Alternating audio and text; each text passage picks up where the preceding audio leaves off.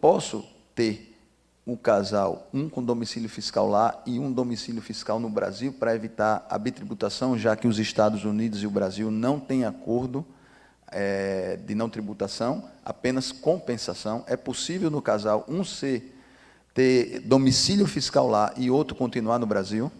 Isso acontece bastante devido ao planejamento. Então, por exemplo, o marido é um empresário que não pode residir nos Estados Unidos permanentemente. E ele quer que a esposa e os filhos tenham segurança. Então, a esposa adquire um visto de residente e o marido fica com um visto de não residente. Então, ele não se qualifica como residente, pois não tem teste de presença e porque também não tem o green card, enquanto a esposa tem. Aí, dentro desse planejamento que a gente sempre usa, é o quê? Tudo aquilo que a esposa tinha no Brasil, a gente acaba transferindo para o marido, para que ela não seja tributada nos Estados Unidos, e toda a receita oferida no solo americano vai para a esposa, ao invés de para o marido, para que o marido não tenha que ser tributado nos Estados Unidos. Não são todas as pessoas que podem, né, cada um viver num lugar, mas existe a possibilidade, desde que a situação seja essa, que um tenha que ficar e o outro tem que ir para os Estados Unidos. Uma outra forma que eu acho assim bem interessante também é que muita gente vai para os Estados Unidos sem nunca ter ido, já com visto de imigrante. Você não sabe como é a vida lá, você não sabe se você vai se adaptar, você não sabe se seus filhos vão se adaptar com a escola. Então, eu acho que é sempre muito bom pensar também em talvez chegar nos Estados Unidos com um visto de não residente, por exemplo, o visto de estudante, que é muito comum entre os brasileiros, ele lhe isenta da residência fiscal por 5 anos. Então, você tem 5 anos para você decidir o que você vai fazer e depois aplicar para um visto de residente. Então, você conhece a cultura, as crianças se adaptam à escola, você começa a criar sua vida lá, e aí, realmente, se você gostou, você parte para um outro visto.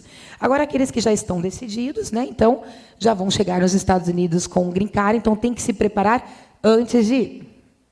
Bacana. Inclusive, tem um cliente aqui no Brasil que a esposa dele é funcionária pública federal, é do Ministério do Trabalho, aposentada, e foram morar em Portugal, e ela não fez o domicílio fiscal, a saída do domicílio fiscal dela, ela mantém aqui, ela tributa aqui, e ele está com domicílio fiscal porque ele está empreendendo em Portugal.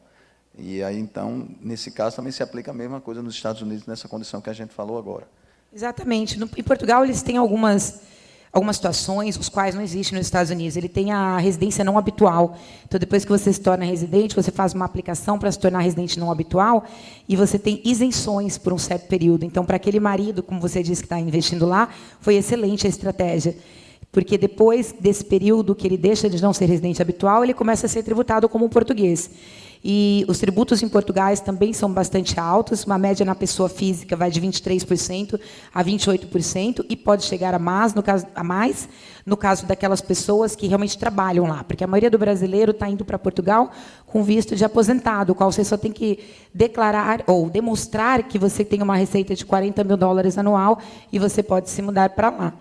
Então, essa situação deixa, né, de uma certa forma, uma flexibilidade para que o brasileiro vá para lá, porque é muito simples demonstrar isso. E a maioria realmente não trabalha, porque os trabalhos em Portugal eles são muito mal remunerados, né?